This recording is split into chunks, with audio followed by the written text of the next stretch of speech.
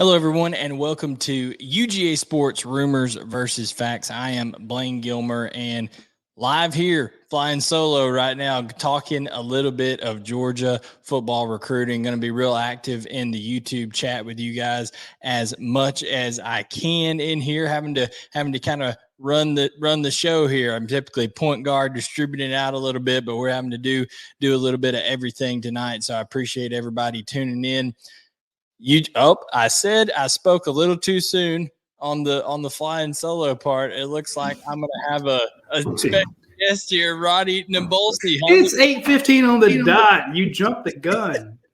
Hey, 8:15. We go live on Rumors versus Facts. Radi, how was the long weekend, man?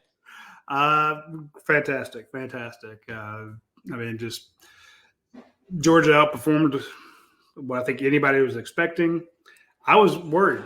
Don't get me wrong. I wasn't worried that Georgia was going to lose, but you remember last year we were all predicting this 35-31 game between Georgia and Clemson, and everybody had really high scores. I went back and looked at all of our predictions and a ton of the nationwide, what all the pundits were saying about Georgia Clemson. And that one ended up 10-3 with a defense. The only touchdown was a Chris Smith pick six. Yeah, for I'm sure. like, what if everybody's expecting this game to be like 49-17 or 31-20, and it's 10-3. Man, what a butt kicking by Georgia. Blew it up. And the point of this show, as you guys do every Monday, is it's recruiting. And you guys have documented so many recruits who are like, holy crap, is that Georgia? Yeah. I mean, it's a little bit, when you talk about the reaction, you don't want to read too much into it in the age of NIL right now, Radi. Yeah, very true.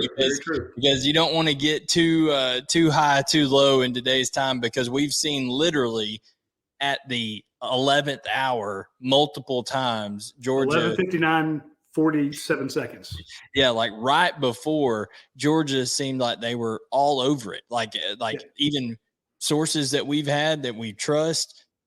Hey, Georgia seems to be in good position for this kid. Feel really good. You've heard numbers like 99% sure thrown out there. We're getting him. Here's kid gives you a quote.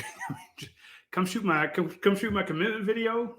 Yeah, all kinds of stuff that's been happening. So we want to keep that in mind as we approach this. I feel like if this was 5 years ago, Radi, that the win for, I don't want to throw, water on this right off the bat for the Georgia faithful out there, but you just got to understand, if this was 5 years ago, I think it would have been a groundswell of momentum like you wouldn't believe. No. I still think it is, but maybe you got to nuance it a little bit. No, I think you bring up two good points there, and that'll be the last compliment I give you for the night, because we can't say too many nice things about you. Your point about in the age of NIL.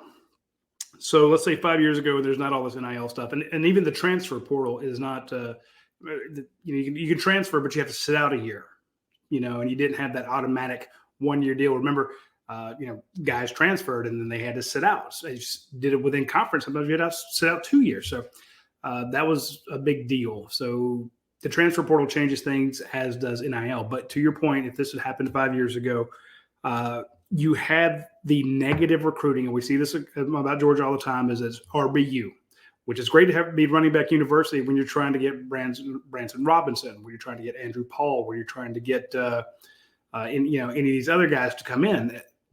Del McGee's here. Del McGee, who put all these guys in the league. You're very excited about that, but it works against you as wide receiver because you're not known for that. So a top flight wide receiver, a Luther Burden's like, are you going to use me a whole lot? You had George Pickens and you didn't use him. And again, you explain, well, George Pickens was hurt. He's like, well, what is he doing to get hurt? I heard he's blocking.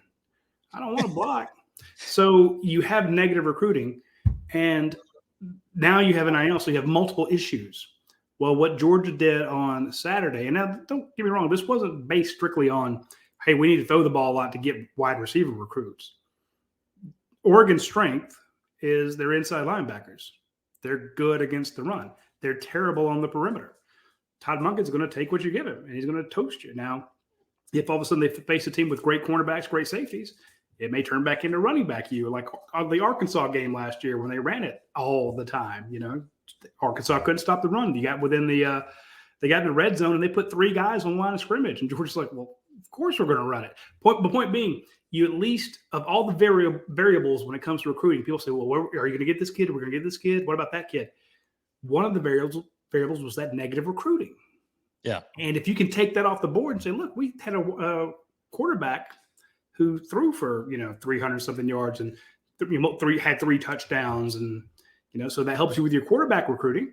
Plus it helps you with your wide receiver recruiting. So I'm just saying that you're right with the NIL thing, but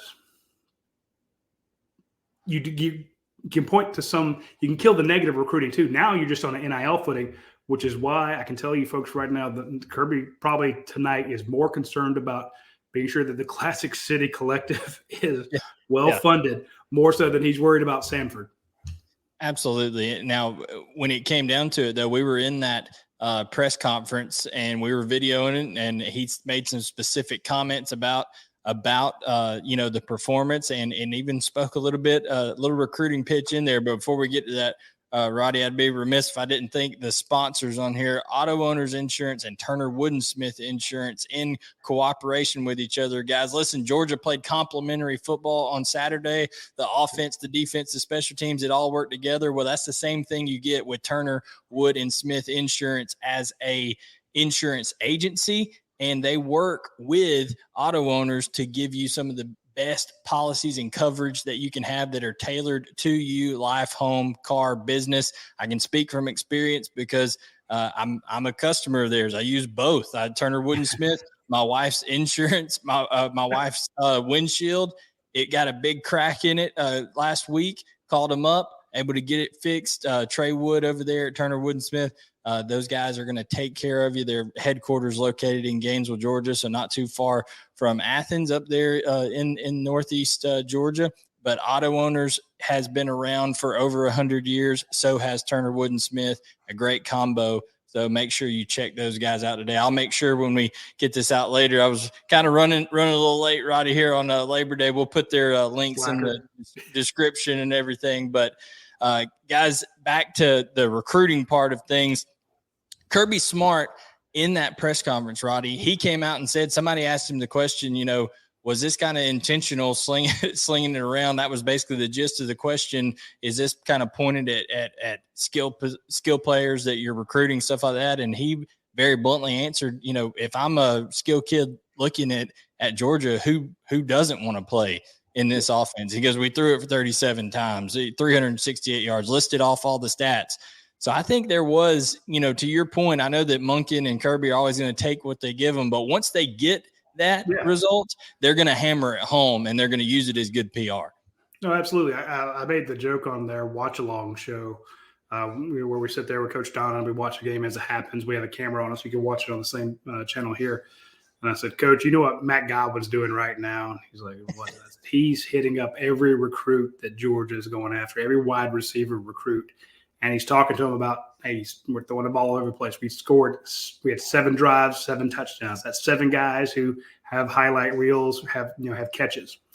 And he or somebody else, or maybe it was in the comments, said, yeah, but it's all to a running back, or it's to a tight end. And I'm like, well, again, that's because they want to take what the teams were giving them, and the teams were giving them, we can cover everybody, and we got to be worried about Stetson, but we're going to double up Brock. We're going to take him away. We're going to keep an eye on A.D. Mitchell. We got to have somebody on, Ladd McConkey. So they really didn't have somebody to stop. And that didn't work out too good on Ladd McConkey either. No, it didn't. But the point being, so you had, 9 throws to Kenny McIntosh, 117 yards or so. Man, it was an unbelievable performance by Kenny for sure. People said, well, that would go against them. That would hurt them with a wide receiver. I'm like, no. Aren't you in sales, people? Don't you know anything? The folks at Auto Owners Insurance would know how to spin this. Like, hey, we had to throw it 9 times to Kenny McIntosh because we don't have an alpha dog receiver like you. Now, if you want to come be at Georgia, that's 9 passes we could have thrown to you. You don't talk about the fact that, the other guys were covered or something like that. You just say those things are available. But point being, yes, if they have to run it, so let's say it's against Sanford, they had to run it 90% of the time. That day, that Saturday night, Matt Godwin all the folks in the recruiting office, David Cooper, Neelan Raper, all those guys, Gummy, Van Gorder, they are going to hit up every running back and go see how much we run the ball. Hey, offensive linemen, see how much we run it. You like firing off the ball, hitting somebody in the mouth, come be here. It does inline tight ends, hey, we need you for this. Come on, come be a part of this. So that's and then, the next week if against South Carolina, if they chuck it all over the yard, they go to every wide receiver. So you sell what you got and what you can do. And then if you lose a game, you call up all these kids and you go, we wouldn't have lost that game if you had been here. So yes, they have a fantastic little bow on that win that they can fire into the recruiting cycle for this week and say, look, we got defensively, let's say we have the SEC co-defensive player of the week. He's a fifth-year senior. We need a safety, Hey, Caleb Downs. I mean, and you got to also think that what Georgia has done not only last year by now look at on offense, right?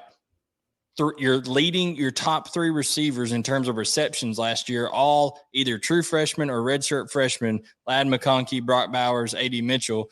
Now you turn to this year and Malachi Starks leads the team in snap count, which Trent Smallwood put out on the website, and you're going to, get that kind of stuff. So great coverage all around this weekend. But, man, Malachi Starks, a true freshman from Jefferson, Georgia, right down the road, gets the lead in snap count and also makes a pick that is unbelievable and really kind of introduces himself to the nation. So Kirby Smart always has the old adage, if you're good enough, you're old enough. And that's what seems to Georgia lives by that. And and Mykel Williams started as a true starter. I mean, there certainly seems like those are some things that the recruiting staff is going to be pointing out as well as we go forward. Well, none of that, they'll also point out to the guys, they'll say, look, Robert Beal played a lot. William Poole played this many plays. Chris Smith played this many plays. Even if you get here and you're not the guy right off the bat. Yeah.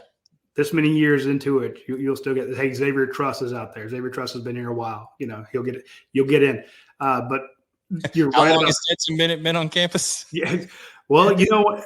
One of the first things I wrote about Stetson Bennett, somebody clipped it. Somebody in his family sent it to me, and it was from a practice report, and nobody knew who the hell he was. And I wrote about Stetson Bennett because he just looked good in practice, kind of here's somebody else we saw. The guy he was throwing over was Robert Beal. So Robert Beal's been here a while too. Absolutely. The point being, you mentioned those freshmen, it's like if you're young, if you're good enough, you're old enough. Mykel Williams gets a start, played the most snaps on the defensive line of anybody. But I also want to point out, it's also a size thing.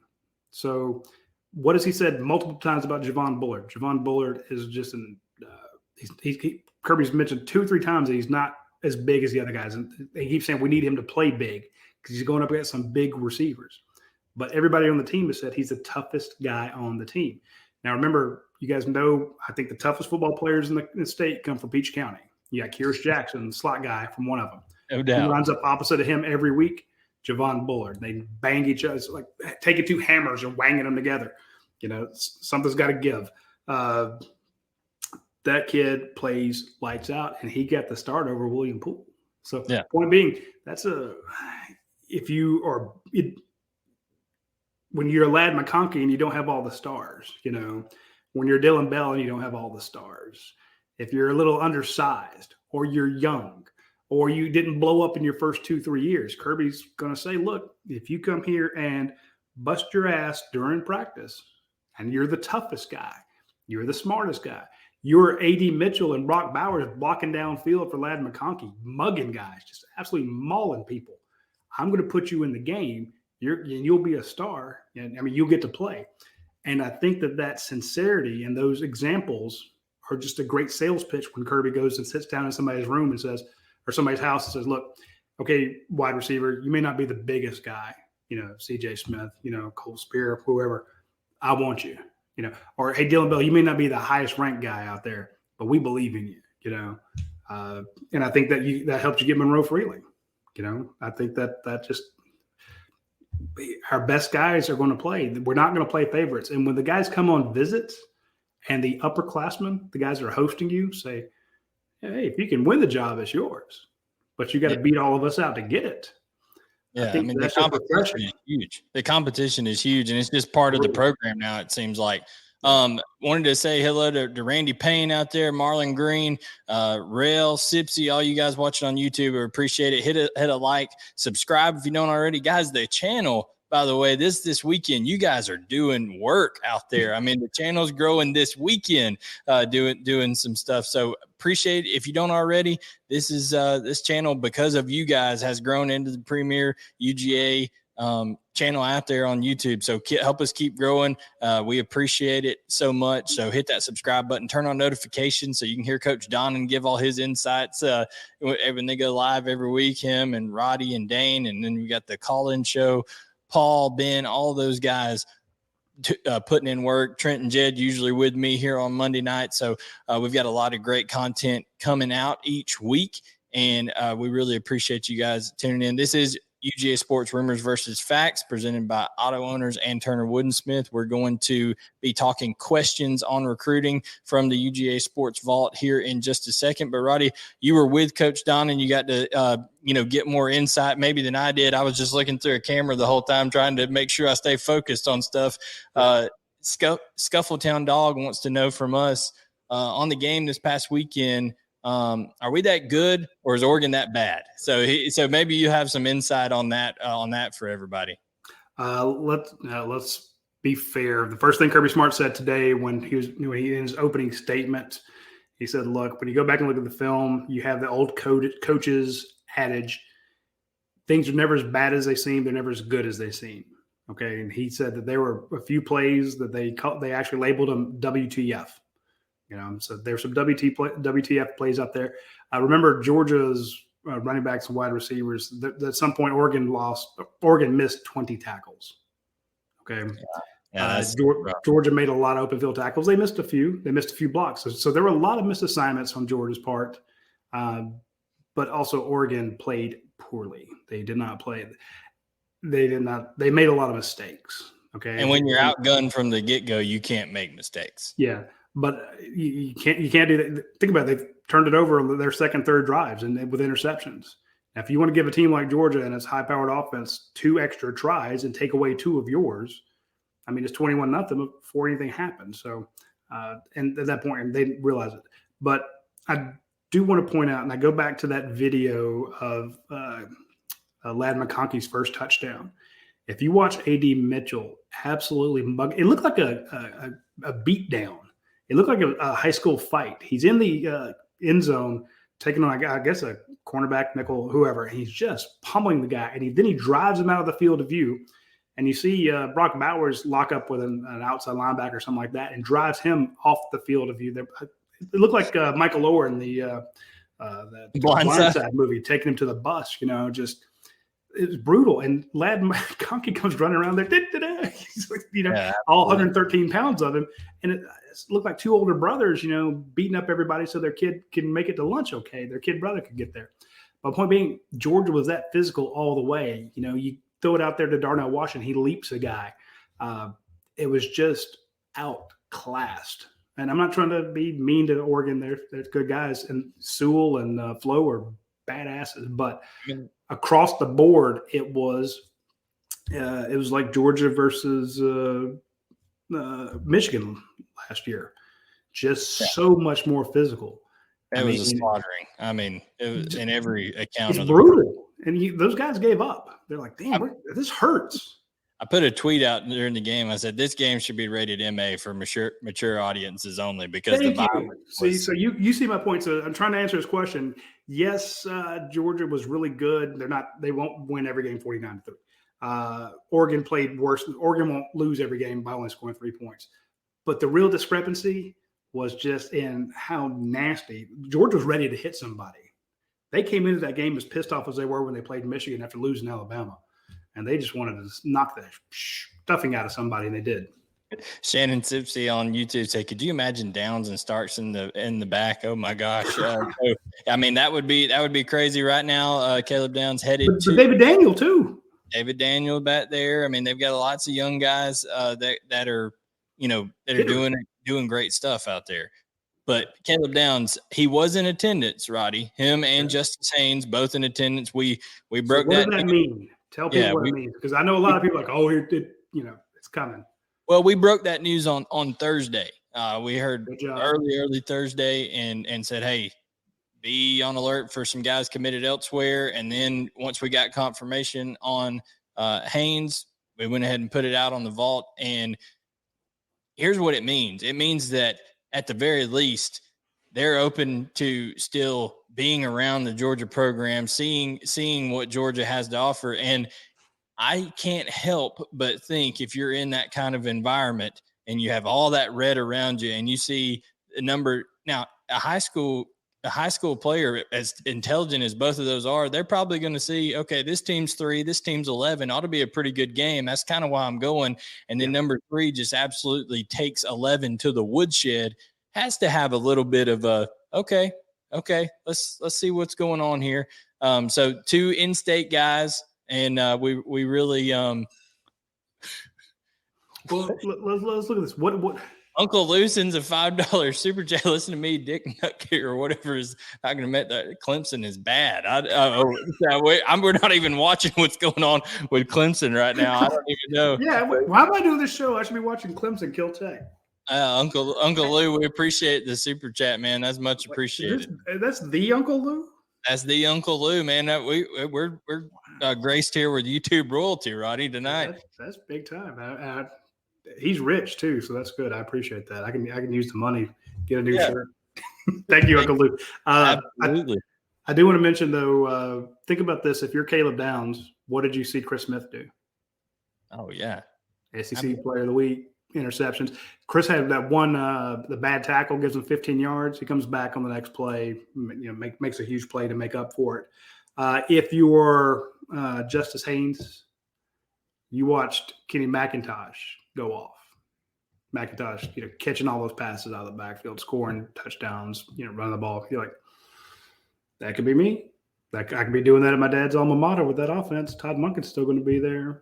Well, talking about Chris Smith, what else did you see?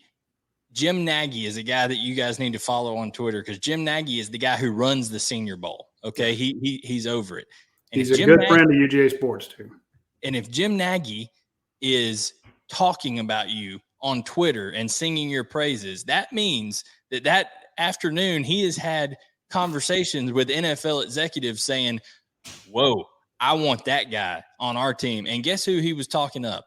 Chris Smith. And he was saying how much of a ball player Chris Smith was, and the closing speed and the decision making and on and on.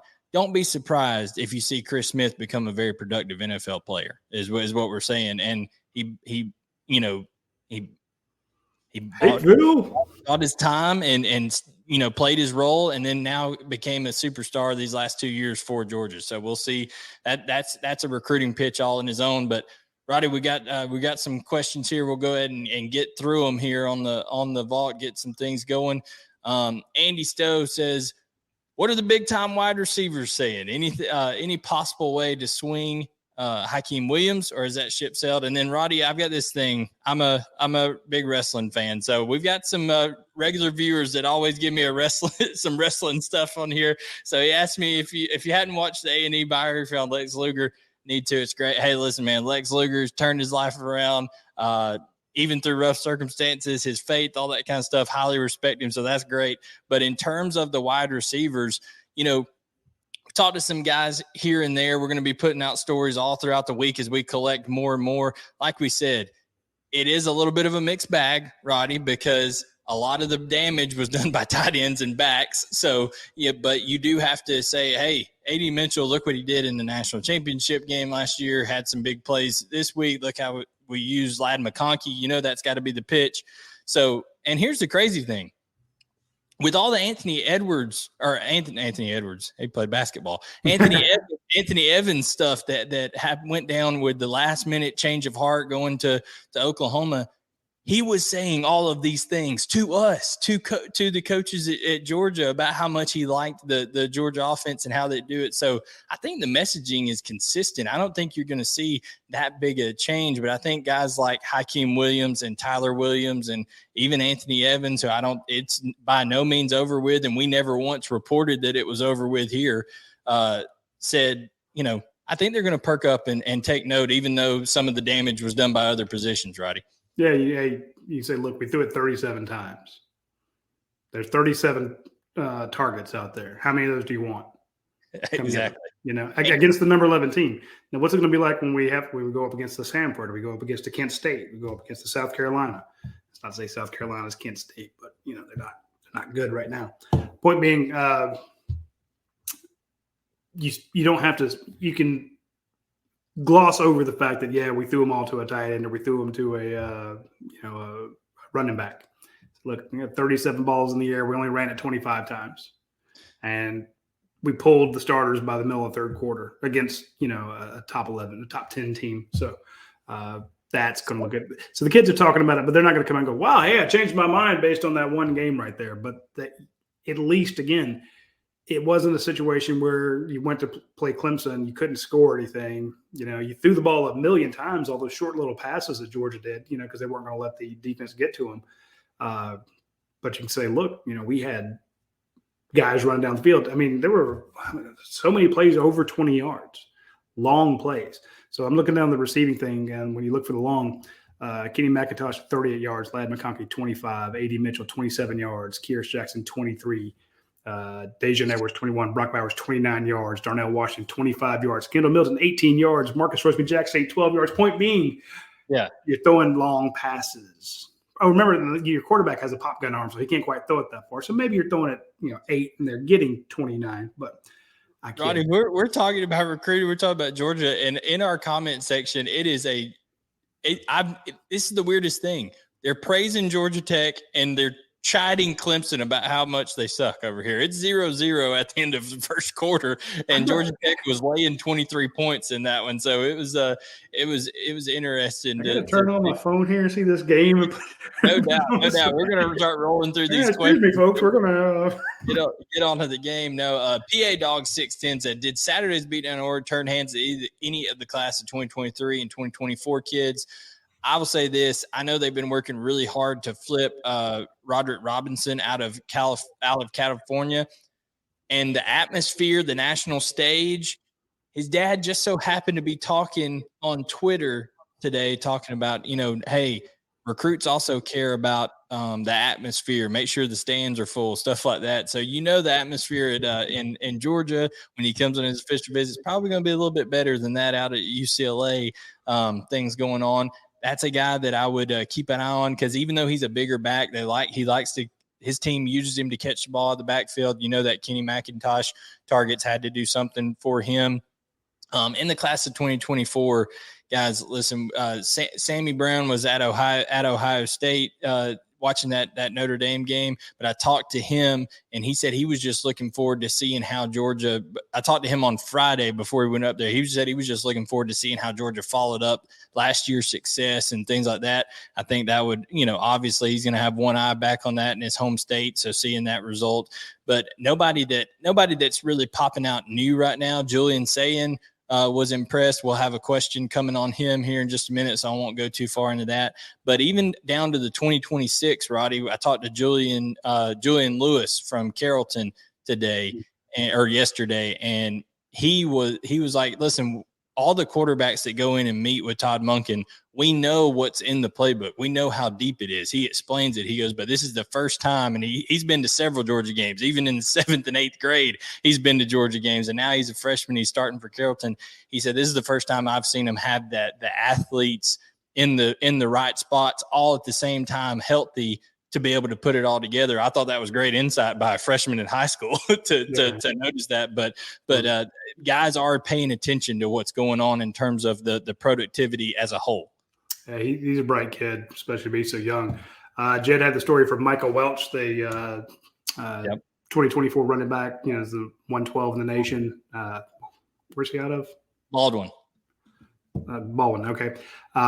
He watched Kenny McIntosh go off. That's a guy Georgia wants. So Michael Welch is like, and he was there. He's like, man, so he saw the atmosphere. He saw that beat down. He's like, I could be Kenny McIntosh, be the leading receiver or the guy they feed. So I think that's strong for him. And I think guys like Javon Bullard get in touch with him. You'd have to think they had Javon Bullard get in touch with him after that game, a Baldwin guy. There you go. See, Bullard's like, hey, look at me. I'm already here. I think don't discount Nikar being there. Nikar is one of the top wide receivers in the class. He's committed to Georgia. Want to keep him committed? Show him how you're going to feed him. And he loved it. So we had a story on the front page from Jed also for about Nikar. I'm like, okay. So, especially when guys commit early like that.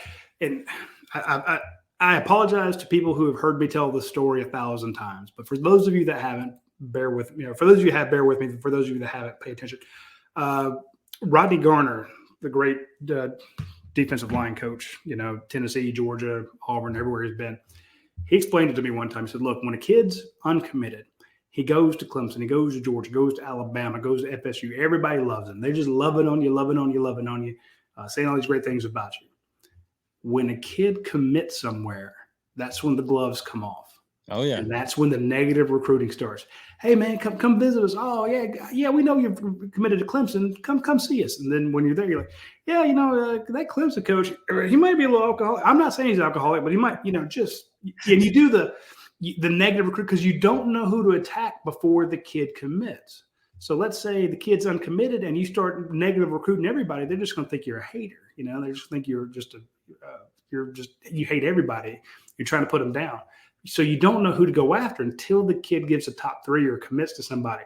Once he commits, you go back through it's like a political campaign. You got all this dirt on every school that you dump on the kid, subtly, but he gets it from all sides, or the kid says, I committed to this school because they have this number of wide receivers in the NFL.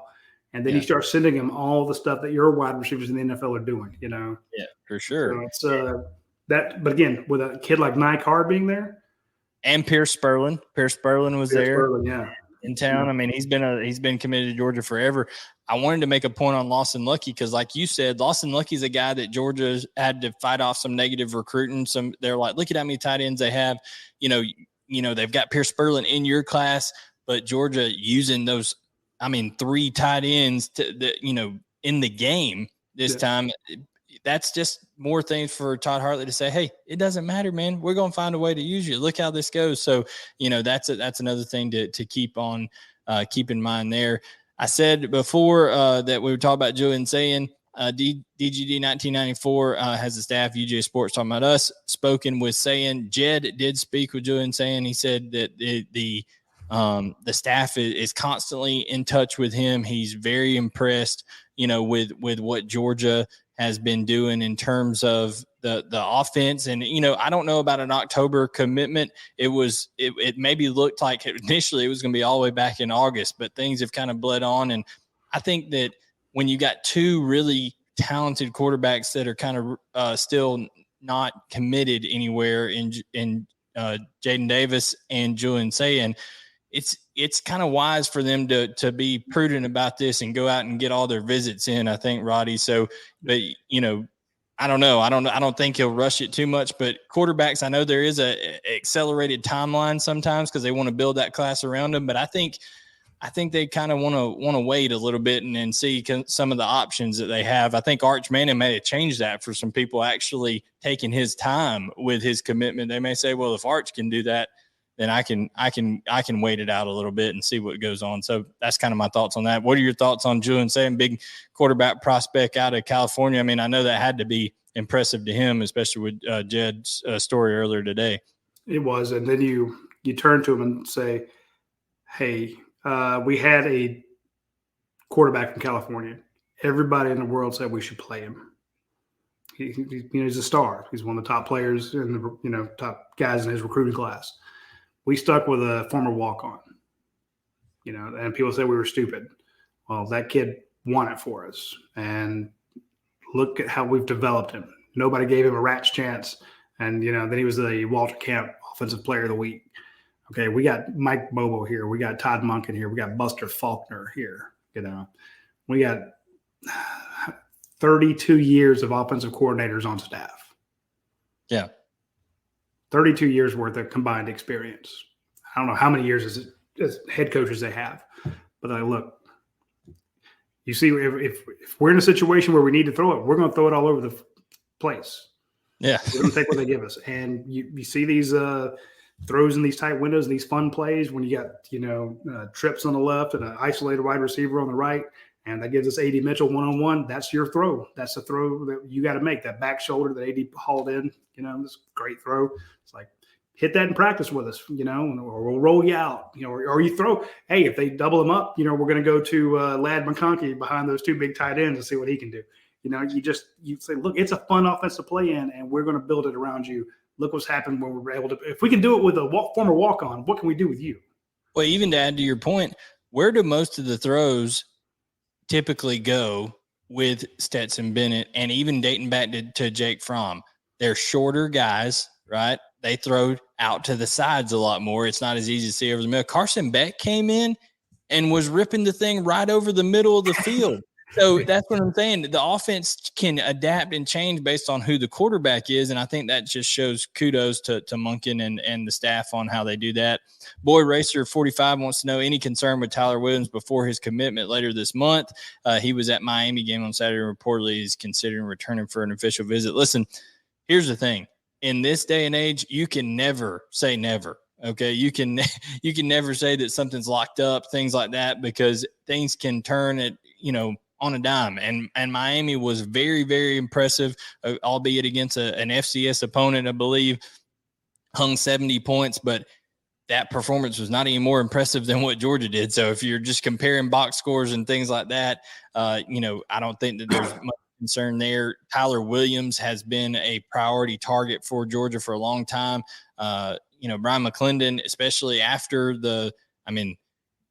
all reports that we got is that it did not set well with the staff in terms of they put so much in terms of getting after Anthony Evans, and then he goes last minute. So I think Tyler Williams is getting the full focus of Georgia's recruiting efforts, and I would still call Georgia the favorite and probably predominant, prohibitively so there for that one. But Radi, you never want to count anybody out, and especially especially. I mean, this will sound wrong. I don't take this the way that it's going to sound, but I don't trust FSU in recruiting. Okay, not that they would do something untoward. It's just sometimes I've seen kids just fall in love with FSU. Just I don't say out of the blue, because he's been recruited by him forever, but just certain teams like Alabama, like Georgia. Yeah. I mean. Well, and Miami's not been shy about throwing around NIL. They've got some very, very, very, very well funded boosters down there. Absolutely, no, absolutely. But I'm just saying, what he's supposed to go to the FSU LSU game? That was Hakeem Williams. You're talking about. This is Tyler Williams. You got too many Williams running around. This is Tyler Williams. Both of them from Florida. Both of them last name Williams. We got too many similarities going on. No, and Miami is. Come on now. They were able to pull a player off Georgia's team. Yeah, okay? Tyreek Stevenson. This is a kid who loved Georgia, raved about Georgia, and then when he put his, you're not allowed to talk to them before their name goes in the portal, but supposedly. People who could set some deal up for you can reach out to other people in your family, say, hey, well, whenever if he were to come here, we'd have something set for him, But again, this isn't the university; they can't do this, so it is tough with going up against Miami with that. With the pressure to play at Miami and to bring them back is gigantic. So yeah. I'm a big Miami's dangerous, very, very dangerous. Miami's dangerous, and also I'm looking forward to that Miami Texas A&M game in a few weeks over there because Texas A&M, I they're like absolutely hot garbage against us, Sam Houston State. So it's going to be interesting to see how everything turns out. What was Justice's reaction? How K-Mac was used? I've not talked to Justice directly. We've gotten reports. Julian Lewis was sitting beside Justice Haynes and Caleb Downs, sitting right beside him. And I was like, well, how was that? I was like, how was that going during the game and things like that? He said, well, let me just say this. When Georgia was ripping off big gains, he said there was a lot of cheering coming from the Gwinnett County contingent right there around him. So it was it was interesting to hear that. I'm sure we'll get in touch with Justice later. I hadn't been able to get in touch with him this weekend yet about that Labor Day and all. He's out. I'm not Yeah. holding my breath on Justice Haynes. Yeah, absolutely. I wouldn't hold your breath either.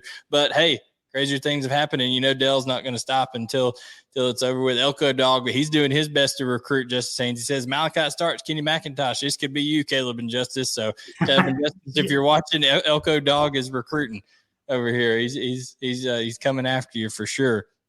All right.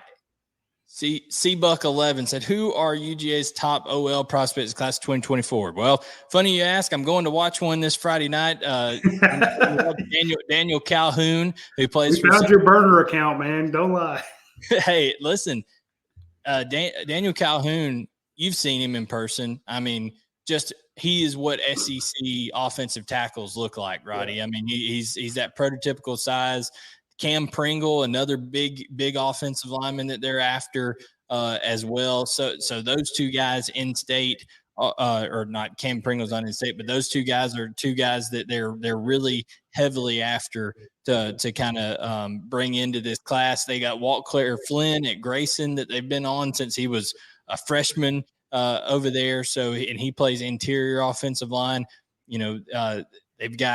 They've got some guys, a former teammate of his and Griffin Scroggs already on the team. They were a guard center combo right beside each other. So again, connections, Radi, you'd think they'd have to be using Griffin Scroggs to try to get after him. But those are three that come right off the bat. But Daniel Calhoun is the one that you can circle and put in bold, because highlight everything you want to do, because that's the guy that they're going to be going after, hot and heavy. So I'll have footage of him on UGA Sports after Friday night. So everybody make sure to be a member of UGA Sports, and you'll get all this kind of insight over here. We got time for just one or two things on hey, Darius Senior over here. Go Dogs, tuning in. Darius, we appreciate you tuning in. I saw 19 out there, man, on the field. He looked like his arms were, he had a 10-yard wingspan. It was unbelievable how long that kid's arms are. So, it's crazy. Crazy to see some of these guys filling out uniforms. But Radi, anything that you wanted before we go here, tell people about what's coming up on the site, or what we got covering throughout the week now that we're in the season? No, I looked on Saturday. We had like 12 different content items, and then 5 more yesterday. And then today, the front page can't hold everything. So if you're not a member of UGAsports.com, I don't know why. I mean, it's 27 cents a day for the year, and nobody's putting out as much content as we are. Nobody breaks as much news as we do. I'm not going to sit here and pat myself on the back, but I'm just saying, check out UGAsports.com, and really appreciate everybody who's subscribed to this channel. We've had in the last 28 days, we've had 981 new subscribers. So look for the month, that's 1,000 subscribers in the month. So at that pace, it just means a lot to us, because it helps us when you have Auto Owners Insurance and Turner Wood and Smith Insurance come on a sponsor show. We're like, hey, we're getting the word out, so that allows us to do more shows. We're working on more shows for you people. Again, it's all free. So, when you subscribe to us, we're able to go to these sponsors and say, look, we have this audience, and when you watch, we're able to point to the numbers. So it means a lot to us. And if you hit that like button or you hit the share, it makes the algorithm suggest this show more to other people. So you support us, our readers support, our advertisers support us, and that lets us do more. So that's the whole point of it. I'm not going to make any money on it. I just want guys to create more content, because that's what I love about the job, is bringing more content to the folks. Content is king, and we did want to give a shout out right here before we go. Presented by Auto Owners Insurance and Turner Wood and Smith in cooperation with one another. Turner Wood and Smith, great insurance agency. They give you the best customer service. Been around for over 100 years. Trey Wood and those guys over there, you'll be able to call them up. They're going to get you taken care of in a hurry, and they have great policy providers like Auto Owners Insurance, who does life, home, car, business. So make sure that you are hitting up Auto Owners Insurance, Turner Wood and Smith, if you want tried, true, tested insurance. And I can speak from experience. They're absolutely great. So, Radi, I appreciate you joining me, pinch hitting for Trent and Jed. Now you can give them crap about how your back's hurting because you had to carry tonight. So, get it all going there. But you guys on the recruiting trail do a damn good job. And we got people checking in from Plano, Texas. Absolutely. Absolutely. We got we got one more question here. John says, can we flip Owen since Louisville got destroyed this weekend? Hey, listen, when people get beat like a drum, heck, there may be some Clemson recruits jumping ship after this performance against Tech. Who knows? It's kind of crazy what's going on out there. But for Radi Nabulsi, I am Blaine Gilmer. We'll catch you guys next time on UGA Sports Rumors versus Facts.